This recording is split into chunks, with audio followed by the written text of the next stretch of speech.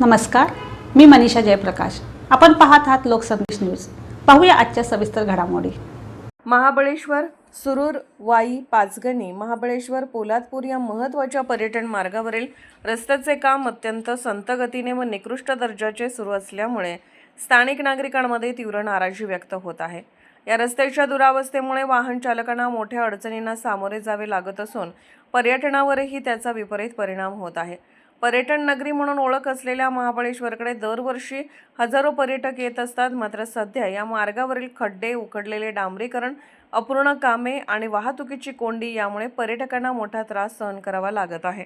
परिणामी पर्यटकांचा ओढा कमी होण्याची भीती व्यक्त केली जात असून स्थानिक व्यावसायिक आणि नागरिकांमध्ये संतापाची लाट निर्माण झाली आहे. या संदर्भात स्थानिक नागरिकांनी आणि विविध संघटनांनी प्रशासनाकडे अनेक वेळा निवेदने देऊन रस्त्याचे काम तातडीने आणि दर्जेदार पद्धतीने पूर्ण करण्याची मागणी केली होती.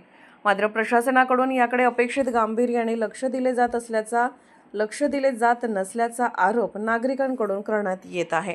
या पार्श्वभूमीवर आम्ही महाबळेश्वरकर या स्थानिक संघटनेने तीव्र भूमिका घेत रविवारी दिनांक 8 मार्च रोजी महाबळेश्वर शहर बंद ठेवण्याचा निर्णय घेतला आहे. या बंदच्या माध्यमातून प्रशासनाचे लक्ष वेधून घेऊन रस्त्याचे काम तातडीने पूर्ण करण्याची मागणी करण्यात येणार असल्याचे संघटनेच्या पदाधिकाऱ्यांनी सांगितले.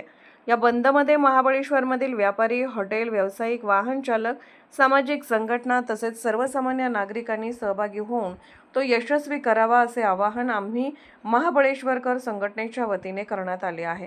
सातारा प्रतिनिधी प्रवीण नवघरे.